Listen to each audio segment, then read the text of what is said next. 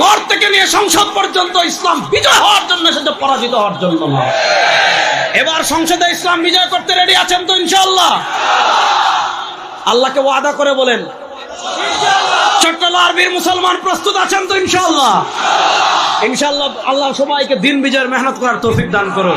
আসেন, আমি আজকে যে টপিকের উপর কথা বলবো, টপিকটা ভালো করে বুঝেন।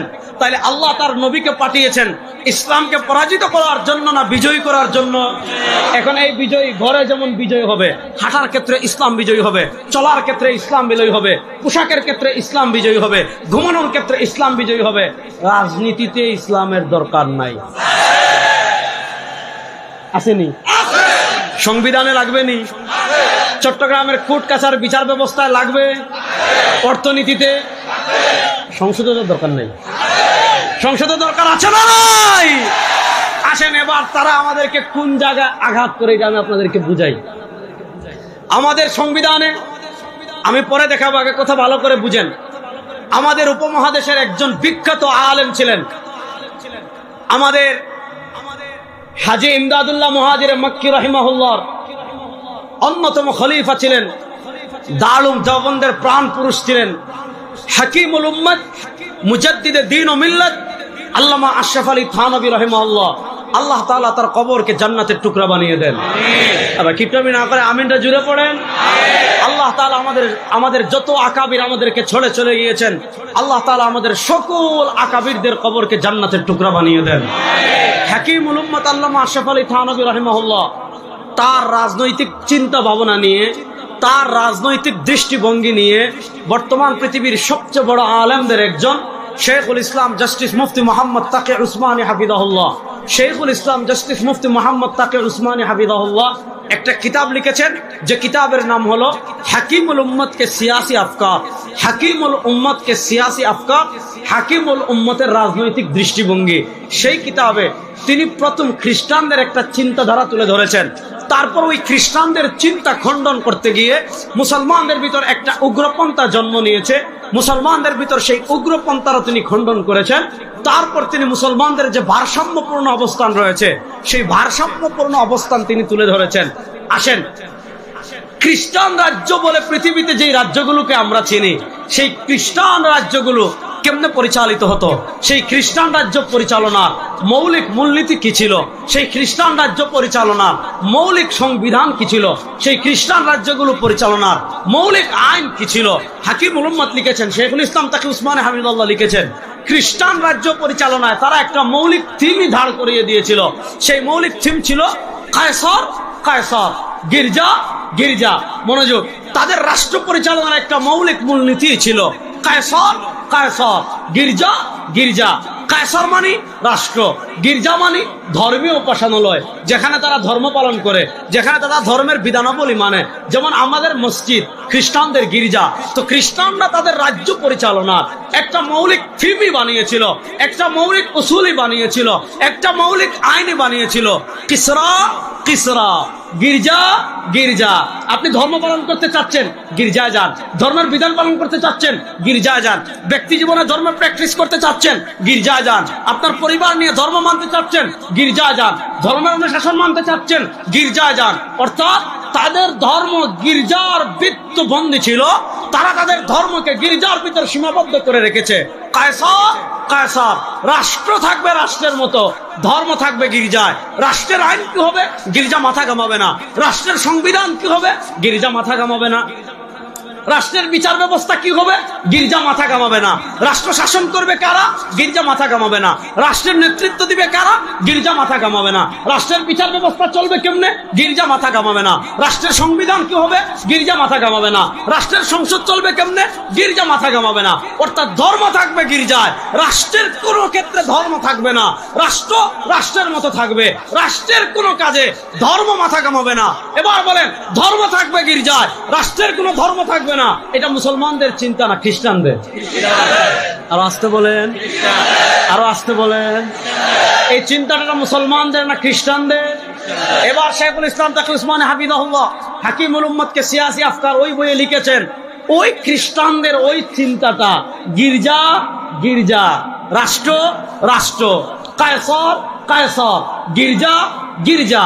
খ্রিস্টানদের ওই চিন্তাটা, যে পোশাক পরিধান করে, যে বুরকা পরিধান করে, যে লেবাস পরিধান করে মুসলমান সমাজে এসেছে, সেই বুরকা, সেই পোশাক, সেই জামার নাম হলো সেকুলারিজম তথা ধর্ম নিরপেক্ষতা।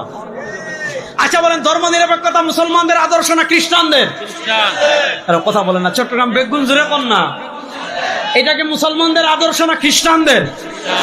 আসেন, যারা সেকুলারিজম আবিষ্কার করেছে, যারা ধর্ম নিরপেক্ষতা আবিষ্কার করেছে, তারা ধর্ম নিরপেক্ষতার দুটা সংজ্ঞা করেছে।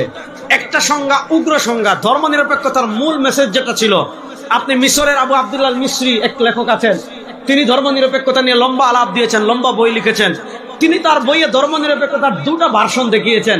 একটা ভার্সন হলো উগ্র ভার্সন, মূল মানে মৌলিক ভার্সন, যেটা মূলধারার ভার্সন। সেই সেকুলারিজম হলো মানে জীবনের সব জায়গা থেকে ধর্মের ছায়াকে মুছে দিতে হবে। আপনি ঘুমাচ্ছেন, ঘুমানোর ক্ষেত্রে ধর্মের ছায়া মুছে দিতে হবে। আপনি রাজনীতি করছেন, ধর্মের ছায়া মুছে দিতে হবে। আপনি রাষ্ট্র পরিচালনা করছেন, ধর্মের ছায়া মুছে দিতে হবে। আপনি সংবিধান লিখছেন, ধর্মের ছায়া মুছে দিতে হবে। আপনি আইন করছেন, ধর্মের ছায়া মুছে দিতে হবে। আপনি বিচার করছেন, ধর্মের ছায়া মুছে দিতে হবে। আপনার হাঁটার ক্ষেত্রে, চলার ক্ষেত্রে, রাজনীতির ক্ষেত্রে, রাষ্ট্র পরিচালনার ক্ষেত্রে, সংবিধানের ক্ষেত্রে, সংসদ পরিচালনার ক্ষেত্রে, বিচার ব্যবস্থা পরিচালনার ক্ষেত্রে, আপনার সিটি কর্পোরেশন পরিচালনা করার ক্ষেত্রে, ইউপি চেয়ারম্যান পরিচালনা করার ক্ষেত্রে কোন ক্ষেত্রে ধর্মের ছায়া থাকবে না। ধর্ম নিরপেক্ষতা চায়, সেকুলারিজম চায় ধর্মের ছায়াকে মুছে দিতে। আর ইসলাম তো পৃথিবীতে মুছে দেওয়ার জন্য আসে নাই, ইসলাম এসেছে বিজয়ী হওয়ার জন্য, মুছে যাওয়ার জন্য আসে না। তাহলে বুঝেন ধর্ম নিরপেক্ষতা আর ইসলামের সংঘাতটা বুঝেন।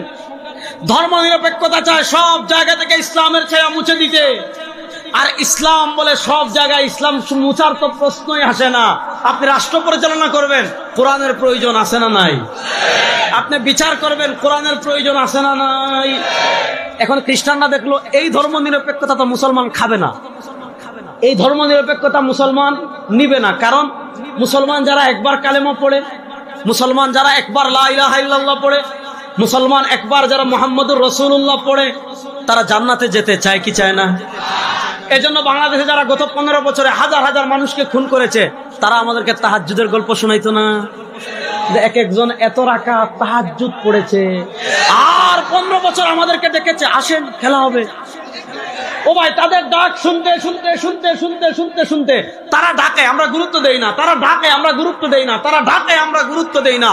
15 বছর পর বললাম, যখন এত ডাকছো আয় বেটা খেলবো, আমরা যখন মাঠে নেমেছি ভারতের দালালরা ভারতে পালিয়ে গিয়েছে। গত 15 বছর বাংলাদেশে আপনারা দেখেছেন, আমরা যারা টুপি, আমরা যারা দাড়ি, আমরা যারা জুব্বা পরি, আমরা যারা ইসলামকে অনুশাসন মেনে চলি, আমাদেরকে তারা বলতো আমরা নাকি পাকিস্তানি রাজাকার।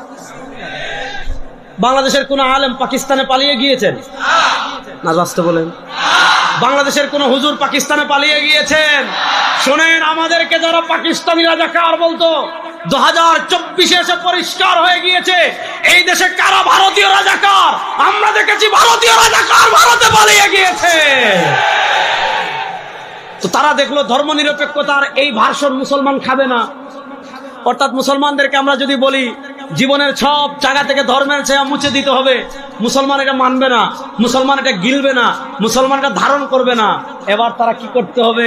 আমাদের ভিতরে একদল দালাল তৈরি করেছে, আমাদের ভিতর টাকা দিয়ে পয়সা দিয়ে একদল মোল্লা মৌলবী তৈরি করেছে, একদল দালাল তৈরি করেছে, মুসলমান নামদারি একদল মুনাফিক তৈরি করেছে, যারা ধর্ম নিরপেক্ষতার একটা সফট ভার্সন আবিষ্কার করেছে, যারা ধর্ম নিরপেক্ষতার একটা সহজ ভার্সন আবিষ্কার করেছে। সেই সহজ ভার্সন কি, সেই সফট ভার্সন কি? ওই যে খ্রিস্টানরা বলতো কায়সর, কায়সর, গির্জা, গির্জা ধর্ম থাকবে, গির্জায় রাষ্ট্রের কোনো ধর্ম থাকবে না। এবার তারা মুসলমানদের ভিতর ধর্ম নিরপেক্ষতার একটা সফট ভার্সন নিয়ে এসেছে। সেই ধর্ম নিরপেক্ষতার সফট ভার্সন কি জানেন? ভাই, ধর্ম পালন করতে চাচ্ছেন ব্যক্তি জীবনে করেন, ধর্ম পালন করতে চাচ্ছেন মসজিদে করেন, ধর্ম পালন করতে চাচ্ছেন মাদ্রাসায় করেন, ধর্ম পালন করতে চাচ্ছেন খানকায় করেন, ধর্ম পালন করতে চাচ্ছেন মাজারে করেন, ধর্ম পালন করতে চাচ্ছেন উরুসে করেন। খ্রিস্টানরা যেমন বলে ধর্ম থাকবে শুধু গির্জায়, তারা আমাদেরকে শিখিয়েছে আপনি ধর্ম পালন করতে চাচ্ছেন, মাদ্রাসায় করেন, ধর্ম পালন করতে চাচ্ছেন, খানকায় করেন, ধর্ম পালন করতে চাচ্ছেন, মসজিদে করেন, ধর্ম পালন করতে চাচ্ছেন, মাদ্রাসায় করেন। রাজনীতিতে ধর্ম লাগবে না, সংসদে ধর্ম লাগবে না, অর্থনীতিতে ধর্ম লাগবে না, বিচার ব্যবস্থায় ধর্ম লাগবে না, নেতৃত্বে ধর্ম লাগবে না, সংবিধানে ধর্ম লাগবে না, সিটি কর্পোরেশনে ধর্ম লাগবে না, বিচার ব্যবস্থায় ধর্ম লাগবে না, হাইকোর্টে ধর্ম লাগবে না, সুপ্রিম কোর্টে ধর্ম লাগবে না। এবার বলেন, ইসলাম কি শুধু মসজিদে থাকার জন্য এসেছে, না সংসদে ইসলাম প্রতিষ্ঠার জন্য এসেছে? এতদিন ধরে তারা আমাদেরকে এই পোলাই খাইয়েছে। এজন্য দেখবেন হুজুররা যখন বলে রাষ্ট্রের নেতৃত্ব দিব আমরা, হুজুররা যখন বলে আমরা সংবিধান প্রণয়ন করব, হুজুররা যখন বলে আমরা এমপি হব, হুজুররা যখন বলে আমরা মেয়র হব, হুজুররা যখন বলে আমরা রাজনীতি করব, হুজুররা যখন বলে আমরা রাষ্ট্র পরিবর্তন করব, বলে হুজুর আপনি নামাজ পড়াইবেন, পিসা হুজুর আপনি মুরিদ করাইবেন, হুজুর আপনি মিলাদ পড়বেন, হুজুর আপনি খতম করবেন, আপনি এই কাজে আসলেন কেন? এই প্রশ্নটা এসেছে কোথা থেকে? ওই যে খ্রিস্টানরা আমাদের মাথায় সেট করে দিয়েছে, খ্রিস্টানরা আমাদের মাথায় বসিয়ে দিয়েছে ধর্ম থাকবে ধর্মের জায়গায়, রাষ্ট্রের কোনো ধর্ম থাকবে না। এই সেকুলারিজম আমরা বিশ্বাস করি না? রাস্তে বলেন আরে বেগুন জুড়ে কোন আমরা কি এই সেকুলারিজম বিশ্বাস করি? এবার আসেন ইমান ভঙ্গের একটা কারণ আছে বলে দেয় আপনাদের। বাংলাদেশের কত মানুষ রাজনীতির কারণে ইমান হারাচ্ছে। এই গণতান্ত্রিক রাজনীতি বলেন আর সেকুলারিজমের রাজনীতি বলেন, এই রাজনীতি কত মানুষের ইমান নিয়ে যাচ্ছে। আমি আপনাদেরকে আজকে বেশ কিছু রেফারেন্স দিয়ে যাই। আপনি এতদিন শুনেছেন মাজারে সিজদা দেওয়া হারাম, দিলে ইমান থাকে না। আপনি শুনেছেন মাজারে গিয়ে বাচ্চা চাইলে ইমান থাকে না। আপনি শুনেছেন ও বায়েজিদ বুস্তামির পাহাড়ের উপর যে কাসিমগুলো আছে ওগুলার ভাগ্য পরিবর্তনের অধিকারী মনে করলে ইমান থাকে না। এগুলো ঠিক আছে, মাজারে সিজদা দেওয়া জায়েজ মনে করে, হালাল মনে করে কেউ সিজদা দিলে তার ইমান থাকবে না। মাজারওয়ালা সন্তান দিতে পারে এমন আকীদা রেখে কেউ যদি বাচ্চা চায় ইমান থাকবে না। মাজারওয়ালা আমাকে বিপদ থেকে উদ্ধার করতে পারে, ভাগ্য পরিবর্তন করতে পারে এমন আকীদা রেখে কেউ কবরে গিয়ে চাইলে তার ইমান থাকবে না। এগুলো তো আমরা জানি। ইমান ভঙ্গের একটা আধুনিক ভার্সন আজকে আমি বলে যাই, ইমান ভঙ্গের আধুনিক একটা কারণ আমি বলে যাই। দেখেন আমার হাতে আপনারা যে কিতাব দেখতে পাচ্ছেন, ওই কিতাবের নাম হলো মাকালাতুল কাউসারী। আমাদের জাতীয় মসজিদের খতিব মাওলানা মোহাম্মদ আব্দুল মালিক হাফিজাহুল্লাহ, আমার উস্তাদে মুহতারাম, তার শেখ হলেন, তার উস্তাদ হলেন Sheikh Abdul Fattah Abu Ghuddah রহিমাহুল্লাহ। Sheikh Abdul Fattah Abu Ghuddah রহিমাহুল্লাহ ইন্তেকাল করেছেন 1417 হিজরিতে। আর শেখ আব্দুল ফাত্তাহ আবু গুদ্দা রহিমাহুল্লাহর উস্তাদ হলেন আল্লামা জাহিদ কাউসারী রহিমাহুল্লাহ। তিনি ইন্তেকাল করেছেন 1371 হিজরিতে। আল্লামা জাহিদ কাউসারী রহিমাহুল্লাহ এত বড় আলেম ছিলেন, যারা আমাদের আকীদার দিকে আঙ্গুল তুলেছে তিনি তাদের কোমর ভেঙে দিয়েছেন, যারা আমাদের মাযহাবের দিকে আঙ্গুল তুলেছে তিনি তাদের কোমর ভেঙে দিয়েছেন, যারা আমাদের ইমাম আযম আবু হানিফা রাহিমাহুল্লাহর দিকে আঙ্গুল তুলেছে তিনি তাদেরও কোমর ভেঙে দিয়েছেন। তো আল্লামা কাউসারী রাহিমাহুল্লাহ অনেকগুলো ছোট ছোট ছোট ছোট মাকালা লিখেছেন। আল্লামা জাহিদ কাউসারী রাহিমাহুল্লাহ অনেকগুলো ছোট ছোট ছোট ছোট প্রবন্ধ লিখেছেন। ওই আল্লামা কাউসারী রাহিমাহুল্লাহ প্রবন্ধগুলো একসাথে এই যে মাকালাতুল কাউসারী নামে ছেপেছে। অর্থাৎ এই মাকালাতুল কাউসারীর ভিতর আল্লামা জাহিদ কাউসারী রাহিমাহুল্লাহ ছোট ছোট যতগুলা মাকালা লিখেছেন সব মাকালা এখানে একসাথে ছাপানো হয়েছে। আমি তো সবটা পড়তে পারবো না।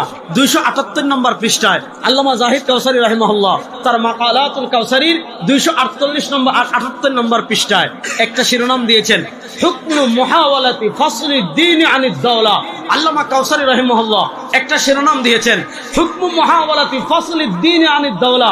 কোন মুসলমান যদি মনে করে ধর্ম আলাদা রাষ্ট্র আলাদা, কোন মুসলমান যদি বলে ধর্ম থাকবে শুধু ঘরে, কোন মুসলমান যদি মনে করে ধর্ম থাকবে শুধু খানকায়, কোন মুসলমান যদি মনে করে ধর্ম থাকবে শুধু মসজিদে, কোন মুসলমান যদি মনে করে সংবিধানে ধর্মের দরকার নাই, কোন মুসলমান যদি মনে করে রাজনীতিতে ধর্মের দরকার নাই, কোন মুসলমান যদি মনে করে বিচার ব্যবস্থায় ধর্মের দরকার নাই, কোন মুসলমান যদি মনে করে অর্থনীতিতে ধর্মের দরকার নাই, কোন মুসলমান যদি মনে করে রাষ্ট্র পরিচালনায় ধর্মের দরকার নাই, হুকমু মুহাওয়ালাতি ফাসলি দ্বীন আনিদ দাওলা। কোন মুসলমান যদি মনে করে ধর্ম আলাদা রাষ্ট্র আলাদা, রাষ্ট্রের কোন কাজে রাষ্ট্রের কোন ক্ষেত্রে ধর্মের কোন দখল নাই, ধর্ম লাগবে না। আল্লামা কাউসারী রাহিমাহুল্লাহ তার হুকমু মুহাওয়ালাতি ফাসলি দ্বীন আনিদ দাওলা এই কিতাবে লিখেছেন, ফাল মুসলিমু ইযা তালাবা বিমিসলি যালিকা ফি সালামাতি আকলি। যুবকরা মন কান মানে কান শুনে শুনেন, কান খুলে শুনেন। আল্লামা কাউসারী রাহিমাহুল্লাহ লিখেছেন, ফাল মুসলিমু ইযা তালাবা বিমিসলি যালিকা ফি সালামাতি আকলি। কোন মুসলমান যদি সুস্থ মস্তিষ্কে এটা মনে করে রাজনীতিতে ইসলাম লাগবে না, অর্থনীতিতে ইসলাম লাগবে না। ওই যে আমাদের শাহবাগী সুশীলরা যেভাবে বলে টকশোতে বসে যে রাজনীতিতে ইসলাম কেন, অর্থনীতিতে ইসলাম কেন, বিচার ব্যবস্থা ইসলাম কেন, রাষ্ট্র পরিচালনা ইসলাম কেন, সংসদে ইসলাম কেন? ফাল মুসলিমু ইযা তালাবা বিমিসলি যালিকা, ফাল মুসলিমু ইযা তালাবা বিমিসলি যালিকা ফি সালামাতি আকলিহি। কোন মুসলমান যদি সুস্থ মস্তিষ্কে এই কথা বলে, আল্লামা কাউসারী রাহিমাহুল্লাহ আজ থেকে 80 বছর আগে ফতোয়া দিয়ে গিয়েছেন, কোন মুসলমান যদি এটা বলে ধর্ম শুধু ঘরের জন্য আসছে, রাষ্ট্রের কোন কাজে ধর্ম লাগবে না, তার ঈমান থাকবে না, সে মুরতাদ হয়ে যাবে। তাহলে বলেন রাষ্ট্রের সব কাজে ইসলাম প্রতিষ্ঠার প্রয়োজন আছে না নাই? এই চট্টলার মুসলমান বেগুন জুড়ে বলেন প্রতিষ্ঠার প্রয়োজন আছে না নাই? তাহলে এবার এই পরিবর্তিত বাংলাদেশের সংসদে আপনারা ইসলামকে দেখতে চান কি চান না? বিচার ব্যবস্থা ইসলামকে দেখতে চান কি চান না? আরে সেকুলারিজমের বাংলাদেশ দেখেছি, ডেমোক্রেসির বাংলাদেশ দেখেছি, সব বাংলাদেশের খেলা শেষ হয়ে গিয়েছে। 2025-এর বাংলাদেশ ইসলামের বাংলাদেশ হবে ইনশাআল্লাহ। তাহলে বলেন রাষ্ট্রের সব জায়গায় ধর্মের প্রয়োজন আছে না নাই? তাহলে এবার সংসদে ইসলাম প্রতিষ্ঠা করার জন্য মুসলমান রেডি আছেন তো ইনশাআল্লাহ? এই যে 4-5 জন রেডি আছে, সংসদে ইসলাম প্রতিষ্ঠার জন্য রেডি আছেন তো ইনশাআল্লাহ? যদি পীর সাহেব চরমুনাই সহ, যদি পীর সাহেব চরমুনাই বাংলাদেশের সব ইসলামী দলকে নিয়ে ঐক্যবদ্ধভাবে আপনাদেরকে ডাক দেন, ও বাংলাদেশের যুবক, ও বাংলাদেশের তরুণ, ও বাংলাদেশের মুসলমান, যদি পীর সাহেব চরমুনাই সহ ইসলামী নেতৃবৃন্দ ঐক্যবদ্ধ হয়ে আপনাদেরকে ডাক দেন, আর সেকুলারিজম চাই না, আর ডেমোক্রেসি চাই না, আর মানুষের তন্ত্রমন্ত্র চাই না, এবার ইসলামের বাংলাদেশ গড়ব, ইসলামের বাংলাদেশ গড়ার জন্য প্রস্তুত আছেন তো সবাই ইনশাআল্লাহ?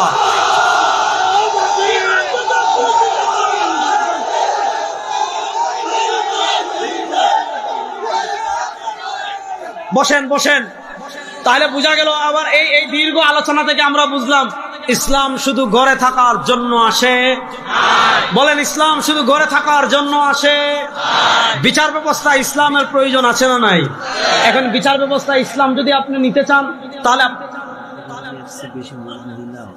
হ্যাঁ, শুধু শুনেন, আমি যেমন আপনাদেরকে বলছি, আমার মা বোনদেরকেও বলে যাচ্ছি, আপনারা যদি ইসলামের জন্য ঐক্যবদ্ধ হয়ে যান, আপনারা যদি বলেন এই বাংলাদেশে নারীদের নিরাপত্তা, গত 52 বছর যারা শাসন করেছে নারীদের নিরাপত্তা দিতে পারে নাই।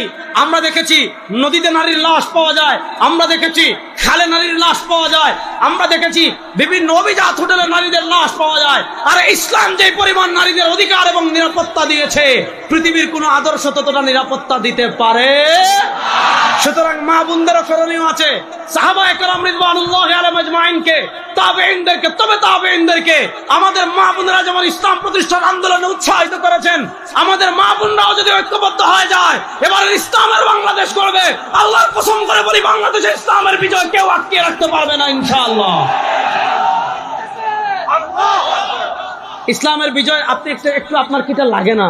আপনার কি একবার একটু মনে হয় না এই কথা যে গণতন্ত্রের বাংলাদেশ তো অনেকবার দেখলাম, সেকুলারিজমের বাংলাদেশ তো অনেকবার দেখলাম। আমাদের মরহুম পীর সাহেব চরমুনাই রাহিমাহুল্লাহ বলে গিয়েছিলেন, শুধু নেতার পরিবর্তন নয়, ও বাংলাদেশের মুসলমান, নেতার পরিবর্তন তো একবার হয় নাই, ক্ষমতার পরিবর্তন তো একবার হয় নাই, চেয়ারের পরিবর্তন তো একবার হয় নাই, সংস্কার তো একবার হয় নাই। নেতা অনেক পরিবর্তন হয়েছে, ক্ষমতা অনেকবার পাল্টেছে, চেয়ার অনেকবার পাল্টেছে, চুরি বন্ধ হয় নাই, খুন বন্ধ হয় নাই, গুম বন্ধ হয় নাই, টাকা পাচার বন্ধ হয় নাই। একবার কি আপনার অন্তরে এই কথা আসে না, দেখি পরীক্ষামূলক একবার ইসলামকে বিজয় করি?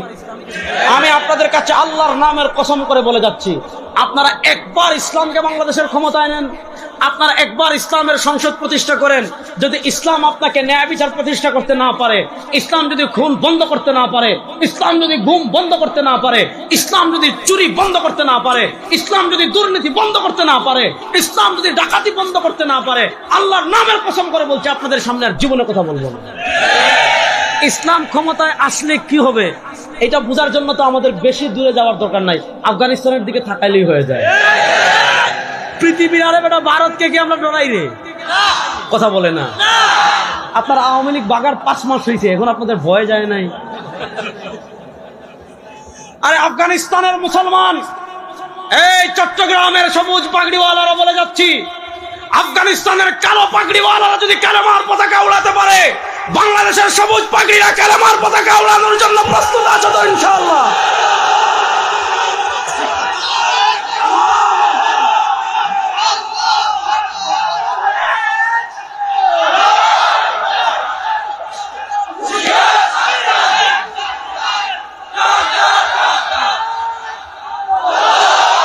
আমরা পৃথিবীর কোন আধিপত্যবাদকে ভয় পাই? আরে আমাদের তো স্লোগান একটা আছে, আল্লাহু আকবার। আমাদের তো মিছিল একটা আছে, লা ইলাহা ইল্লাল্লাহ। আরে আমরা তো সেই জাতি, আল্লাহ দুনিয়াতে যত নবী পাঠিয়েছেন, যত রাসূল পাঠিয়েছেন, আল্লাহ কোরআনে বলেছেন, ওয়া মা আরসালনা মিন ক্বাবলিকা মির রাসূলিন ইল্লা নূহি ইলাইহি আন্নাহু লা ইলাহা ইল্লা আনা ফা'বুদুন। আমার নবীর প্রথম স্লোগান ছিল, ইয়া আইয়ুহান নাস কুলু লা ইলাহা ইল্লাল্লাহ তুফলিহুন। আমরা কারো বাপের স্লোগান দেই না, আমরা কারো নেত্রীর স্লোগান দেই না। আমরা যেমন খানকায় স্লোগান দেই লা ইলাহা ইল্লাল্লাহ, এখান থেকে রাজপথে জয় বাংলা করে স্লোগান না, আমাদের স্লোগান হবে লা ইলাহা ইল্লাল্লাহ। আমাদের স্লোগান হবে লা ইলাহা ইল্লাল্লাহ। লা ইলাহা ইল্লাল্লাহ আমাদের জাতীয় স্লোগান হোক, চান কি চান না? লা ইলাহা ইল্লাল্লাহকে জাতীয় স্লোগান বানাতে হলে সংসদে ইসলামকে নিতে হবে। রেডি আছেন তো মুসলমান? আসেন তাহলে আমরা বুঝা গেল মূল কথার পয়েন্ট হারাইয়েন না। মূল কথা হলো, ইসলাম শুধু মসজিদে থাকার জন্য আসে নাই। মসজিদে নামাজ পড়বেন কেমনে, এই বিধান যেমন ইসলামে আছে। খানকায় জিকির করবেন কেমনে, ওই বিধান যেমন ইসলামে আছে। দোকানে ব্যবসা করবেন কেমনে, ওই বিধান যেমন ইসলামে আছে। আদালতে বিচার করবেন কেমনে, ওই বিধান যেমন ইসলামে আছে। সংসদে বসে রাষ্ট্র পরিচালনা কেমনে করবেন, ইসলামে আছে না নাই? তাহলে সংসদের বিধানগুলো বাংলাদেশে বাস্তবায়ন করার দরকার আছে না নাই? এবার আমি আপনাদেরকে আরেকটা ইতিহাস বলি। প্রোগ্রামটা অনেক, বক্তার সময় অনেক কম। যেহেতু আমি জাতীয় উলামা মাশায়েখ আইম্মা পরিষদের সাধারণ সম্পাদক, আমার দায়িত্ব একটু বেশি, এজন্য একটু বেশি সময় চেয়ে নিছি। খুব ভালো করে কথা বুঝেন। এবার আমি আপনাদেরকে একটা ইতিহাস শোনাই, শুনেন। আমরা এক স্বাধীনতার গল্প জানি, যেটা হয়েছে 1971-এ। খুব মনোযোগ দিয়ে বুঝেন। 1971 সালের আগে আমাদের স্বাধীনতা আরেকটা আছে। ওই স্বাধীনতার গল্প তারা আমাদেরকে শিক্ষা দেয় না, ওই স্বাধীনতার গল্প তারা আমাদেরকে বলে না। কেন বলে না জানেন? কারণ 47-এর স্বাধীনতায় সবচেয়ে বেশি অবদান ছিল আলেমদের। তাহলে আমরা এক স্বাধীনতা লাভ করেছি 71-এ, এক স্বাধীনতা লাভ করেছি 47-এ। আসেন 1947-এর আগে, মনোযোগ দিয়ে যুবকরা শোনো, 1803 সাল থেকে নিয়ে 1947 সাল পর্যন্ত এই 150 বছরের কাছাকাছি সময় প্রাতিষ্ঠানিকভাবে আমাদের ভারত উপমহাদেশের ক্ষমতায় ছিল ইস্ট ইন্ডিয়া কোম্পানি, ইংরেজরা। এবার মুসলমান বলেন, ইস্ট ইন্ডিয়া কোম্পানি এদেশের মালিক ছিল না ডাকাত ছিল? আর আসতে বলেন, ইস্ট ইন্ডিয়া কোম্পানি ইংরেজরা এদেশের মালিক ছিল না ডাকাত ছিল? ডাকাতদের বিরুদ্ধে দীর্ঘ সংগ্রাম হলো। আপনি 1833-এর বালাকুট, 1857 সালের সিপাহী বিপ্লব, 1866 সালে দারুল দেওবন্দ প্রতিষ্ঠা, তারপর শেখুল হিন্দ মাহমুদ হাসান দেওবন্দি রাহিমাহুল্লাহর নেতৃত্বে রেশমি রুমাল আন্দোলন, শায়খুল আরবি ওয়াল আজম সৈয়দ হুসাইন আহমদ মদনী নব্বরাল্লাহু মারকাদাহুর নেতৃত্বে ব্রিটিশ বিরোধী আন্দোলন। সিপাহী বিপ্লবে যান, হাজী ইমদাদুল্লাহ মুহাজির মক্কিকে পাবেন। সিপাহী বিপ্লবে যান, ফকিহুন নফস আল্লামা রশিদ আহমদ গাঙ্গুহিকে পাবেন। সিপাহী বিপ্লবে যান, আপনি পাবেন হলেন হুজ্জাতুল ইসলাম কাসিম নানতুবি রাহিমাহুল্লাহকে। ব্রিটিশ আমাদের বিরুদ্ধে 150 বছর জুলুম করেছে, অত্যাচার করেছে, খুন করেছে, গুম করেছে। ব্রিটিশের সবচেয়ে বেশি অত্যাচারের শিকার হয়েছিল মুসলমান। ব্রিটিশের সবচেয়ে বেশি অত্যাচার জুলুমের শিকার হয়েছিল মুসলমান। কথা ভালো করে বুঝেন। ব্রিটিশদের দীর্ঘ ত্যাগ সংগ্রামের পর ব্রিটিশ যখন বিদায়ের সময় গনিয়ে আসলো, যেহেতু ব্রিটিশ আমলে, গত আওয়ামী লীগ আমলে হিন্দুরা যেমন সবচেয়ে বেশি অধিকার লাভ করেছিল। আপনাদের চট্টগ্রামে পূজায় আপনাদের এক মন্ত্রী ছিল, গিয়া বলছে, আমার ইমান হুজুরদের মতো এত দুর্বল না যে পূজায় গেলে মূর্তির সামনে নাচানাচি করলে তার ইমান নাকি নষ্ট হবে না। আমি বলেছিলাম, আরে বেটা, তোর ইমান থাকলে না যাবে, তোর তো ইমান নাই, তোর তো ইমান। 1947-এর আগে মুসলমান তখন আন্দোলন করেছে, আর হিন্দুদের সাথে থাকবো না, মুসলমানের আলাদা আবাসভূমি লাগবে। 1947-এর 14 অথবা 15 আগস্ট তারিখটা সঠিক এই মুহূর্তে মনে পড়ছে না। আরবি তারিখটা আমি বলি, ইংরেজিটা আমি না বললেও সমস্যা নাই। আরবি তারিখটা আমি বলি। শেখুল ইসলাম জাস্টিস তাকি উসমানী হাফিজাহুল্লাহ তার আত্মজীবনী ইয়াদেতে লিখেছেন, এই দিন ছিল রমাদানুল মুবারকের শবে কদর। 26 তারিখ দিবাগত রাতে, বৃহস্পতিবার জুমার রাতে মুসলমানদের জন্য 1947-এ আলাদা একটা আবাস ভূমি হয়েছে। সেই আলাদা আবাস ভূমির নাম পাকিস্তান। পাকিস্তানের দুই ভাগ ছিল, একটা পশ্চিম পাকিস্তান আর একটা হলো পূর্ব পাকিস্তান।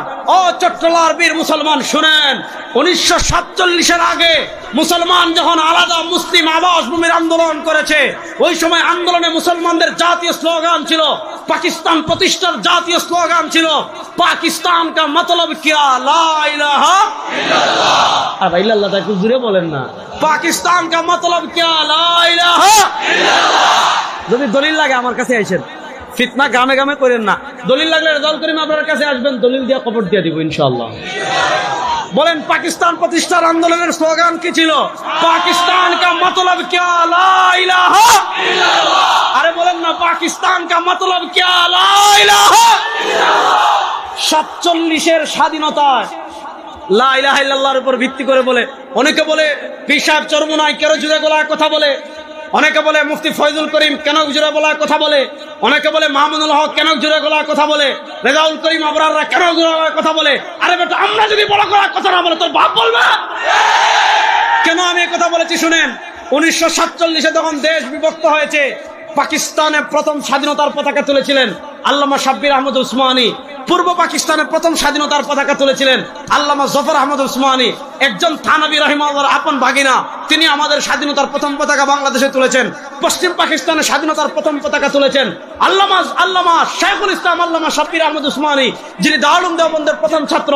শেখুল মাহমুদ হাসান দেওবন্দি রাহিমাহুল্লাহর ছাত্র ছিলেন এবং দারুল উলুম দেওবন্দের মুহতামিম ছিলেন। আরে 47-এর স্বাধীনতা আমরা করেছি, আমাদের বাবারা করেছে, দাদারা করেছে। আমরা যদি জুড়ে কথা না বলি তো বাপ বলবে?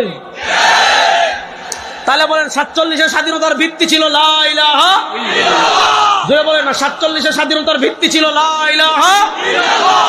আসেন 47-এর পর 47 থেকে 1971, আমি খুব সংক্ষেপে বলছি, সময় কম আমি জানি, তারপর আর 4-5 মিনিটের ভিতরে আমি শেষ করবো, মনোযোগ দিয়ে শুনেন। 47 থেকে 1971 এই যে একটা সময়, ওই একটা সময় যেই ভিত্তির উপর আমাদের দেশ স্বাধীন হয়েছিল, ওই ভিত্তির উপর স্বাধীনতা থাকে নাই। এখন দেখা যাচ্ছে পশ্চিম পাকিস্তান আমাদের উপর জুলুম করেছে। কেমন জুলুম করেছে? আমাদের এখানে ভালো কাগজ হয়েছে, তারা ওই কাগজ পশ্চিম পাকিস্তানে নিয়ে যায়, ওখান থেকে খারাপ কাগজ আমাদেরকে দেয়। এখানে ভালো ধান হয়েছে, ওইটা তারা ওখানে নিয়ে যায়, ওখান থেকে খারাপ ধান দেয়। আমাদেরকে চাকরির ক্ষেত্রে তারা বৈষম্য করে, আমাদের সাথে ইনসাফ করে না, নানাভাবে জুলুম করে। এই জুলুমের কারণে, পাকিস্তানের বৈষম্যের কারণে 1971-এ আমরা পূর্ব পশ্চিম পাকিস্তান থেকে আলাদা হয়ে আমরা আলাদা একটা স্বাধীনতা পেয়েছি 1971-এ। এখানে প্রথম পয়েন্টটা বুঝেন, 1971-এর স্বাধীনতা কখনো ইসলামের বিরুদ্ধে ছিল? তাহলে স্বাধীনতার চেতনা কি? গত 15 বছর শাহবাগীরা আপনাদেরকে স্বাধীনতার চেতনা শিখিয়েছে, ধর্মনিরপেক্ষতা, স্বাধীনতার চেতনা শিখিয়েছে টুপিদারিকে অপমান করা, স্বাধীনতার চেতনা শিখিয়েছে সোশ্যালিজম। আসলে স্বাধীনতার চেতনা কি ছিল আমাদের জানার দরকার আছে না নাই? আসেন, আমি আপনাদেরকে একটা ঐতিহাসিক প্রমাণ আজকে দেখিয়ে যাচ্ছি। বাংলাদেশের সব শাহবাগী নাস্তিকদেরকে আমি এই পোলো গ্রাউন্ডের মাঠে চ্যালেঞ্জ দিয়ে যাচ্ছি, স্বাধীনতার চেতনা কি ছিল। দেখেন, আমাদের স্বাধীনতা যুদ্ধ শুরু হয়েছে 1971 সালের 26শে মার্চ। আমাদের স্বাধীনতা যুদ্ধ শুরু হয়েছে 1971-এর কোন মাস? 26শে মার্চ। 26শে মার্চ স্বাধীনতা যুদ্ধ শুরু হয়েছে। স্বাধীনতা যুদ্ধ শুরু হওয়ার মাত্র 14 দিন পর 1971 সালের 10ই এপ্রিল, আপনারা জানেন আমাদের চুয়াডাঙ্গা মেহেরপুরের এদিকে মুজিবনগর সরকার, অস্থায়ী সরকার গঠিত হয়েছিল। ওই স্বাধীনতা যুদ্ধ শুরুর মাত্র 14 দিন পর আমাদের মুজিবনগর সরকার একটা স্বাধীনতার ঘোষণাপত্র পাঠ করেছিল। আসেন, সেই স্বাধীনতার ঘোষণাপত্র কখন ঘোষণা করেছে? স্বাধীনতা যুদ্ধ শুরু হওয়ার মাত্র 14 দিন পর। দেখেন, আমি সেই স্বাধীনতার ঘোষণাপত্র আমাদের বাংলাদেশের সংসদ বিষয়ক যে ওয়েবসাইট আছে, সেই সংসদ বিষয়ক ওয়েবসাইট থেকে আমি স্বাধীনতার ঘোষণাপত্র ডাউনলোড করে নিয়ে এসেছি।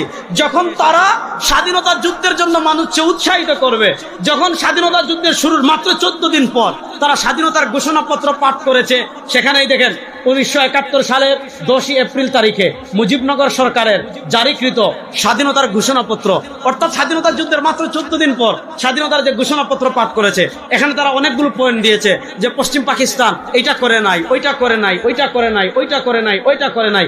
এরপরে এক পৃষ্ঠা বিভিন্ন দাবি দাওয়া পেশ করার পর সবগুলো তার পেশ করা যাবে না, সময় কম। এখানে এসে বলছে, যেহেতু আপনারা এটা মানেন না, এটা মানেন না, এটা মানেন না, ওইটা মানেন নাই, সেহেতু আমরা বাংলাদেশের নির্বাচিত প্রতিনিধিগণ, বাংলাদেশের সর্বোচ্চ ক্ষমতার অধিকারী জনগণ কর্তৃক আমাদিগকে প্রদত্ত ক্ষমতার মর্যাদা রক্ষার্থে নিজেদের সমন্বয়ে যথাযথভাবে একটি গণপরিষদ রূপে গঠন করিলাম এবং পারস্পরিক আলোচনা করিয়া এবং বাংলাদেশের জনগণের জন্য কান খাড়া করে শুনেন চট্টগ্রামের মুসলমান, মুক্তিযুদ্ধের চেতনা কি, স্বাধীনতার যুদ্ধের চেতনা কি। যখন স্বাধীনতার যুদ্ধ শুরু হয়েছে তখন বলছে স্বাধীনতার যুদ্ধের চেতনা হলো বাংলাদেশের জনগণের জন্য সাম্য, মানবিক মর্যাদা ও সামাজিক সুবিচার নিশ্চিতকরণার্থে সার্বভৌম গণপ্রজাতন্ত্র রূপে বাংলাদেশের প্রতিষ্ঠা ঘোষণা করিলাম। যখন মুক্তিযুদ্ধ চলে তখন বলেছে মুক্তিযুদ্ধের চেতনা হলো তিনটা, একটা হলো সাম্য, বলেন একটা হলো, আরে জুড়ে বলেন না, বেগুন জুড়ে কোন, একটা হলো, আরেকটা হলো মানবিক মর্যাদা, আরেকটা হলো মানবিক মর্যাদা, তারপর লিখেছে সামাজিক সুবিচার। যখন মুক্তিযুদ্ধ চলে তখন বলেছে তিনটা চেতনাকে সামনে রেখে যুদ্ধ করছি, একটা হলো স্বাধীনতার ঘোষণাপত্রে লিখেছে তিনটা চেতনাকে সামনে রেখে যুদ্ধ করছি, সাম্য, মানবিক মর্যাদা, সামাজিক ন্যায় বিচার। আসেন আমরা 16 ডিসেম্বর স্বাধীন হইলাম, যুদ্ধ করার সময় বলে মুক্তিযুদ্ধের চেতনা তিনটা, একটা সাম্য, আরেকটা মানবিক মর্যাদা, আরেকটা সামাজিক সুবিচার। যুদ্ধ শেষ 1971 সালের 16 ডিসেম্বর আমরা স্বাধীন হলাম। স্বাধীনতার 1 বছর পর আমাদের সংবিধান লিখেছে ভারতে। কোথায় লিখেছে? এই পয়েন্টটা প্রথম মাথায় রাখবেন, সংবিধান লিখেছে কোথায়? আসেন যখন যুদ্ধ চলে তখন বলে সাম্য, মানবিক মর্যাদা, সামাজিক ন্যায় বিচার। যুদ্ধ শেষ হয়েছে, যুদ্ধের 1 বছর পর আমাদের সংবিধানের 1 নম্বর পৃষ্ঠায় আসেন মুক্তিযুদ্ধের চেতনা কি লিখে। আমরা অঙ্গীকার করিতেছি যে সকল মহান আদর্শ আমাদের বীর জনগণকে জাতীয় মুক্তি সংগ্রামে আত্মনিয়োগ ও বীর শহীদদিগকে প্রাণোৎসর্গ করিতে উদ্বুদ্ধ করিয়াছিল, জাতীয়তাবাদ, সমাজতন্ত্র, গণতন্ত্র ও ধর্মনিরপেক্ষতার সে সকল আদর্শ এই সংবিধানের মূলনীতি হইবে। দেখেন যখন যুদ্ধ চলে তখন বলে তিনটা, সাম্য, মানবিক মর্যাদা, সামাজিক ন্যায় বিচার। আর যুদ্ধ শেষ হওয়ার পর ভারতে গিয়ে লেখে আমাদের মুক্তিযুদ্ধের চেতনা নাকি সমাজতন্ত্রবাদ। সমাজতন্ত্রবাদ বুঝছেন? সমাজতন্ত্রবাদকে ইংরেজিতে বলে সোশ্যালিজম। সোশ্যালিজম মানে কি? ব্যক্তি মালিকানা কোনো জিনিস নাই। আপনি চাকরি করে টাকা কামাচ্ছেন, এই টাকার মালিক হবে রাষ্ট্র। আপনি প্রবাসে টাকা কামাচ্ছেন, এই টাকার মালিক হবে রাষ্ট্র। আপনি জমি কিনেছেন, আপনার মালিকানা না, আপনার জমিনের মালিক রাষ্ট্র। আপনি টাকা কামাচ্ছেন, আপনার টাকার মালিক রাষ্ট্র, আপনার ব্যাংক ব্যালেন্সের নামে রাষ্ট্র। এই সোশ্যালিজম কোনো মানুষের আদর্শ হতে পারে না, এটা জানোয়ারদের মাতকুরদের আদর্শ। ওই আদর্শ আর বাংলাদেশে চলবে না ইনশাআল্লাহ। 1 নম্বর লিখেছে মুক্তিযুদ্ধের আদর্শ সোশ্যালিজম, তারপরে আরেকটা লিখেছে ধর্মনিরপেক্ষতা। ওই ধর্মনিরপেক্ষতা মানে এতক্ষণ আমি বুঝালাম রাষ্ট্রের কোনো ধর্ম লাগবে না, অর্থনীতির ধর্ম লাগবে না, বিচার ব্যবস্থায় ধর্ম লাগবে না, সংবিধানে ধর্ম লাগবে না, সংসদে ধর্ম লাগবে না, ধর্ম থাকবে খানকায়, ধর্ম থাকবে মসজিদে, ধর্ম থাকবে মাজারে। প্রশ্ন হলো ভাই, এই যে তুমি লেখলা যে ধর্মনিরপেক্ষতার জন্য আমার ভাইয়েরা যুদ্ধ করেছে, যখন স্বাধীনতার যুদ্ধ ঘোষণাপত্র পাঠ করেছিল ধর্মনিরপেক্ষতা কোথায় ছিল? সুতরাং ধর্মনিরপেক্ষতা মুক্তিযুদ্ধের চেতনা আমরা মানি না। না ঠিক আর আসতে বলে আপনারা ঠিক বললেও ঠিক, বেঠিক বললেও ঠিক। আমাদের চেতনা একমাত্র ইসলাম, ইসলামের বাইরে কোন চেতনা আমরা মানি না। 92% মুসলমান কোন চেতনার বাইরে মানতে চায়।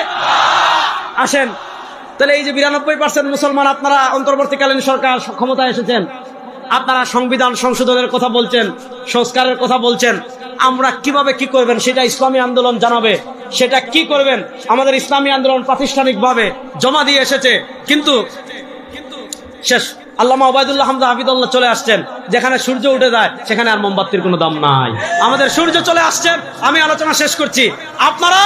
আপনারা সংবিধান সংশোধন যা ইচ্ছা তা করেন, কিন্তু ধর্ম নিরপেক্ষতাকে বাদ দিয়ে আল্লাহর উপর পূর্ণ আস্থা এবং বিশ্বাস আমাদের সংবিধানে আবার যুক্ত করতে হবে। এই দাবির সাথে আপনারা একমত আছেন না? ইনশাআল্লাহ আমরা ধর্ম নিরপেক্ষতা আমাদের সংবিধানে আর দেখতে চাই। শেষ কথা বলে যাচ্ছি, ছোট্ট একটা রিসালা দেখিয়ে যাই। এটা আজকে আর পড়লাম না, সামনে পড়বো। ভোটারের দায়িত্ব, ভোট সম্পর্কে শরীয়তের নির্দেশ। এই বই লিখেছেন আল্লামা শামসুল হক ফরিদপুরি রাহিমাহুল্লাহ। 52 বছর চোর, ডাকাত, বদমাশ, লাঠিয়াদের ভোট দিয়েছেন। যারা আপনার টাকা চুরি করেছে, আপনি মাথার গাম পায়ে ফেলে টাকা ব্যাংকে রেখেছেন, ব্যাংক লুটতরাজ করেছে। আপনি মাথার গাম পায়ে ফেলে টাকা কামিয়ে শেয়ার বাজারে রেখেছেন, শেয়ার বাজারে লুটতরাজ করেছে। ওই চোর, ডাকাত, চাঁদাবাজদের বাংলাদেশের মানুষ আর ক্ষমতায় দেখতে চায় না। পীর সাহেব চরমনাই সহ ইসলামের নেতৃবৃন্দ যদি আপনাদেরকে ঐক্যবদ্ধ ডাক দেন, এবার ইসলামের বাংলাদেশ হবে। চট্টগ্রামের মুসলমান প্রস্তুত আছেন তো ইনশাআল্লাহ? আর কোন তন্ত্রমন্ত্র আমরা দেখতে চাই? আল্লাহ তাআলা ইসলামের বাংলাদেশ গড়ার জন্য ঘাম ঝরানোর তৌফিক আমাদেরকে দান করেন। ইসলামী আন্দোলনের নেতা কর্মীরা প্রস্তুত আছেন তো ইনশাআল্লাহ? নতুন বাংলাদেশে ইসলামকে বিজয় করবই করব ইনশাআল্লাহ। নাসরুম মিনাল্লাহ, ফাতুন করিব। আসসালামু আলাইকুম।